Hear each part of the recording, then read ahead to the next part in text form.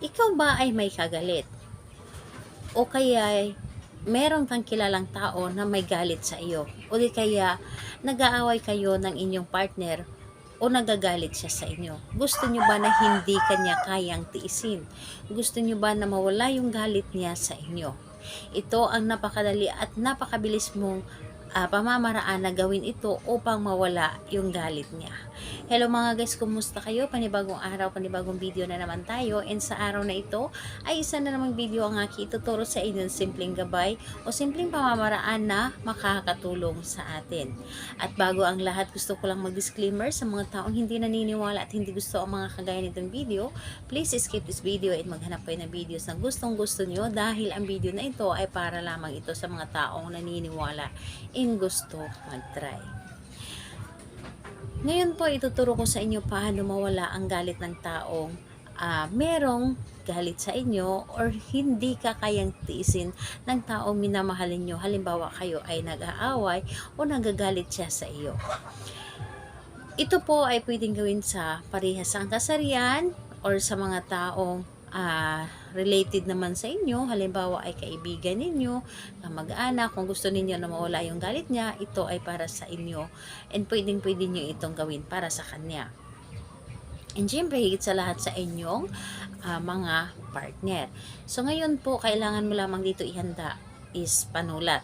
So kailangan mo lamang dito maghanda ng panulat, and higit sa lahat yung sarili mo po. Panulat lamang at sarili mo, and kailangan na i-claim mo sa iyong sarili na ito ay gustong-gusto mong gawin, ito ay gusto mong gawin para sa kanya upang mawala yung galit niya at kayo po ay magkabati na. So kapag ready ka na, ay pwede mo na itong umpisahan. So ayun po, ang gagawin mo lamang dito, kunin mo ang inyong panulat. Kunin mo ang inyong panulat at dito sa iyong palad, kahit saang palad, pwedeng dito sa kaliwa, pwedeng dito sa kanan, pili lamang kayo. So ang gagawin po ninyo, isusulat nyo lamang dito sa inyong palad yung pangalan at apelyido ng inyong target. Yes po, pangalan at apelyido ng inyong target, at sa kanyang pangalan at apelyido, lagyan po ninyo ito ng heart.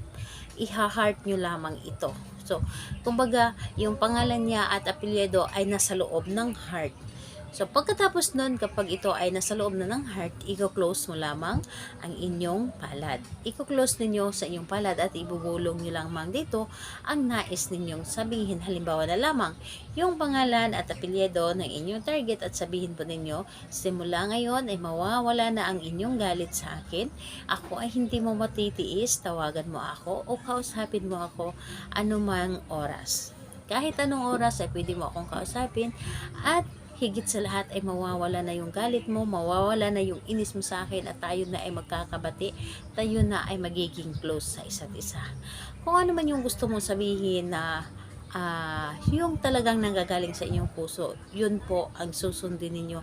Basta ang importante ay good intention lamang ito, higit sa lahat, lalo na sa inyong partner.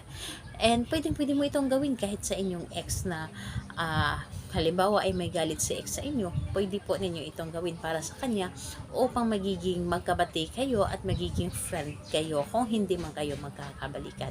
So ayun po, gawin ito sa kahit anong araw at oras. Pwedeng sa gabi, mas maganda na gabi natin itong gawin para yung pangalan niya at apelyido dito sa iyong palad ay mananatili hanggang kinabukasan.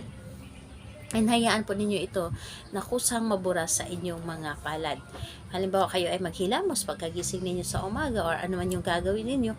So, hayaan po ninyo na kusa siyang mabura. So, ayun po, sa kahit anong araw at kahit anong oras, pwede po ninyo itong gawin para sa kanya. Salamat po sa inyo. Bye bye everyone. God bless us all.